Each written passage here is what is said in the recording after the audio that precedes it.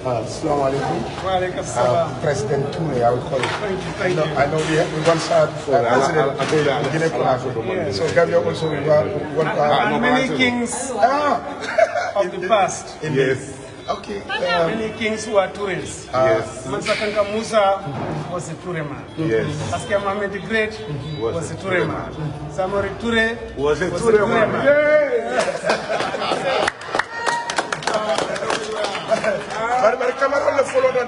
We have Touré, was a Touré man. And the last one was one Mali. Amatumani Touré. So it's our long tradition. Inshallah. So I can see the tourists have been monsters in this continent. Yes. For in the past years. Today, Laywer Bore S Touray, yes. like Kamaraba say, yes. President to be yes. Bore S Touray. Yes. Is standing before the journalists here in Manjai. Yes. Mr. Touray, you've been inside, you spent almost an hour. Yes. How was the interview? How active was the interview? I enjoyed the interview. It was on a broad spectrum of politics in the country. We had to ravage through the economy, we had to ravage through the law, we had to ravage through the current contemporary political situation, more especially the current situation within the Democratic Party. Yes, it was a very gratifying, fulfilling interview I had with him. Being a lawyer for who has served this country yes. as a magistrate, yes. now a legal practitioner in the court. Indeed. Gambians are complaining a lot about some of the bad laws we have in this country. Yes. If you become the president of the republic, how prepared are you in terms of legal reform? Well, we have the Law Reform Commission. We have the Law Reform Commission, but it's not been utilized. Every country that has been able to successfully review its laws would normally have to invest a lot of money into research, put a lot of resources into research so as to be able to get the archaic laws modified over the period. The case in point is this Public Order Act. We've been complaining about it. Within the West African sub-region, most governments have repealed their Public Order Act. And not only the Public Order Act. If you look at our law books, some laws dating as far back as 16th century here in the Gambia. So we don't, as we talk now, have a comprehensive regime on land administration. We don't, as we talk now, have a comprehensive code that embodies every form of crime that can be committed within a country. A criminal code is not complete. There are many, many crimes which have not been codified, which have not been legislated in this country. So if we want to move forward, a lot of work needs to be done, a lot of investment needs to be done, and the courts needed to be expanded.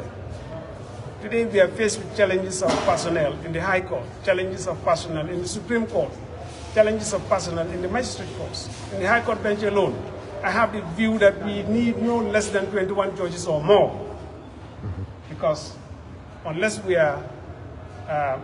expand, we take the bold step of expanding the judiciary, we will not be able to expeditiously hear and conclude cases. Corruption is one of the things every government is complaining. How are you going to tackle corruption in this country? There are many ways of tackling corruption. The National Audit Office should be given direct police powers. If you do audit exercise, you come across malpractices. You don't have to wait for your boss to give you, you don't have to wait for your boss, you don't have to wait for the president for you to be able to take action. From the very point when you have stumbled over malpractices, financial misappropriation, you should be able to have power. That's my opinion. You should be able to have power to effect arrest there and then. You, the very auditor, you should have police powers. Arrest there and then, conclude your investigation, level charges against the person, and bring him before the court. So it is my fervent opinion that the National Audit Office should have all the powers statutorily given to it given to the police and the Ministry of Justice. That is one. All right? When you look at, there are so many civilized ways of corrupt practices that have been legitimized within the government system. Allowances, for instance. I am a permanent secretary. I'm being paid salary, whether I sit in my office as permanent secretary or whether I sit on a board. Because when you look at the composition of the boards of most of these parastatals or government institutions, the composition sometimes you would, in the composition, sometimes they would say permanent secretary, fisheries, permanent secretary, lands, permanent secretary, interior, are all members. So it is my fervent belief that paying allowances to those people for the sitting that they are doing by virtue of their membership of the board, they are not exercising any other function other than their function as permanent secretaries for the respective ministries which they are leading. So paying them allowance which goes way beyond 2-3 times, way beyond this ordinary salaries paid to them, for me really, that kind of practice should stop. That kind of practice should stop.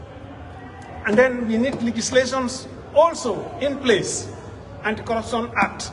We need a task force. We need structures on the ground. When you create the enabling law, you need to put on the ground enforcement mechanism for you to be able to implement it.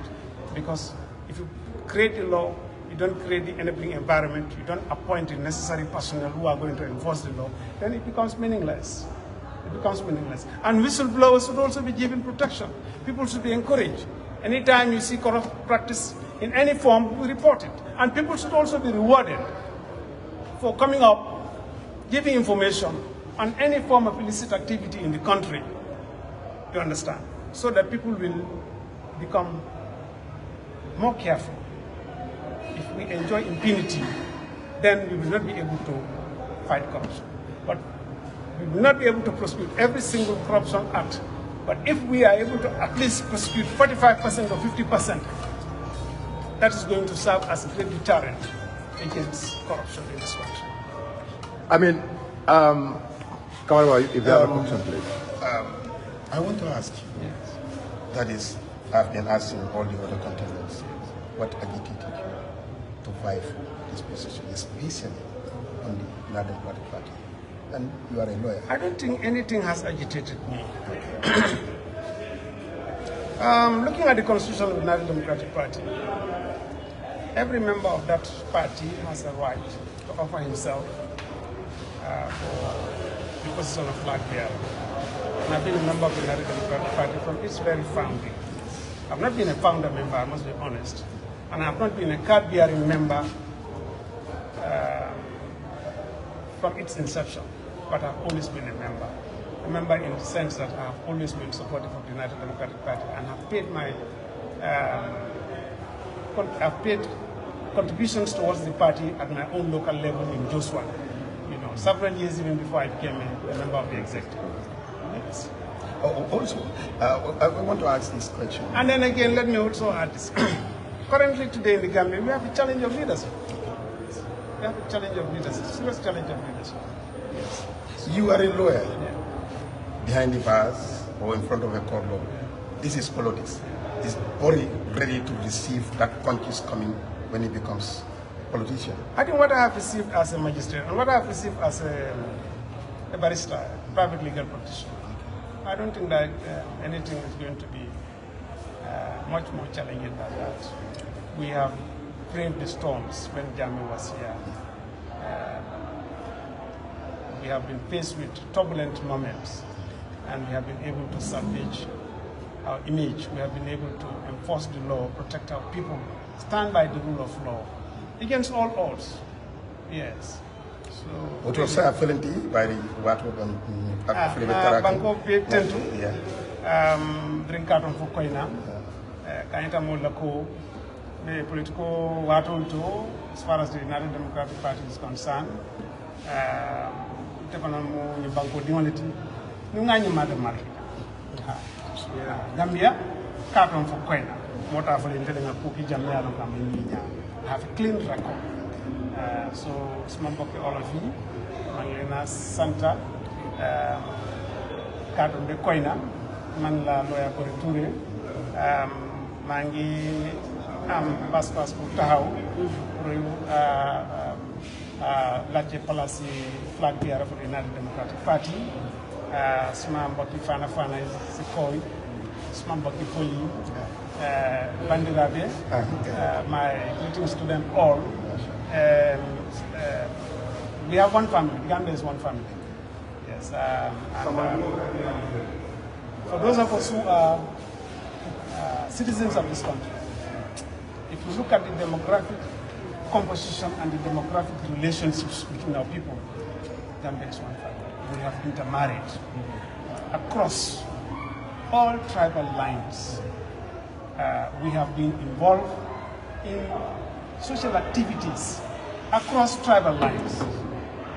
When somebody dies, there's no tribal differentiation. When there is a GAM-TV, it's for the involvement of all those who are within the neighborhood. Everyone will participate. So we have one country and we only have a patriotic spirit to foster that bond of love, to foster that bond of commitment to the plight of our neighbors, to the plight of our brothers. So it is only when we demonstrate a high degree of patriotism and live above pettiness, prejudice, that we'll be able to move this country, that we'll be able to see that we should be our brother's keeper, as the Bible would say, be thy brother's keeper. Yeah. And then on the religious side also, the three conventional religions of Islam, Christianity, and Judaism practically share a common heritage. This is a very peaceful nation, and there has been a great deal of religious tranquility in this country. We will also seek to foster that, to continue to ensure that the rapprochement that has been built, that culture of tolerance, that culture of forbearance, that culture of love and affection for one another, without regard to tribe, without regard to religion, without regard to region, we will also endeavor to foster that, to build and consolidate on it. In the recent past, we have seen infractions of it, very serious infractions of it. But as statesmen, if we come into power, we will do everything that is necessary to ensure that we stabilize that very ugly, we rectify that very ugly scenario that has unfolded, and we stabilize the social cohesion that has existed among Gambian people. Bori, ñu ngi labo na Karola. Mbajo mawe siring base kamara ba ñu la sarodo. I mean, left side ni mbajo mai kacha. Ya fu mbajo mai minatina ite bori. Ibe nyim palaso ñine kan. Minatina yelana so ka ñine UDP kono. Andung ning UDP ngul fana latela. Ite bori ibe ñafita la ñadile anung itala interview la interview ni molulu ba foko ko UDP manque Democratic Party bari ya interview ni yaye ñaadile lefta dron ye ñim be ñap ñokam ya jabiro pour mbajo ma fana asa radio mala ay ñu kuma kan wala okay interview alhamdulillah la kutale yemeni ni kan ñanta wol ni kan ba ni moya fam bo akala fta banko le marala mayo naskala ya la bloko ñata kacande la ya hakilo jibe mo sifale mo fo daji ko balal fo ababata tan fo alondo babul fo awulu nya fana balal wayatina interview ni alhamdulillah ala kuta yo nimbe jabila karodo la te United Democratic Party dingole mot yo lunga aje kaf ko banko dingole monti comme nga fa ñam commento ngani madam malki ni mbang te molti me do ko Gambia bring carton koyna bawol kaf na ndunta in the nooks and crannies sirin kan dingol beda ko lati jante man dami to ma ngani mbang ko jayle na do ko fanan na nyimma da mala fa ki jang amon na problem so fana lonne tundolu menni ya lonko lenu la de ko dinge lonne nga ngani sotole nga mo kende ya sotole nga sabaro sotole nga fatiya sotole nga tilingo sotole pour ga gambe kane Thank you so much. Thank you so much.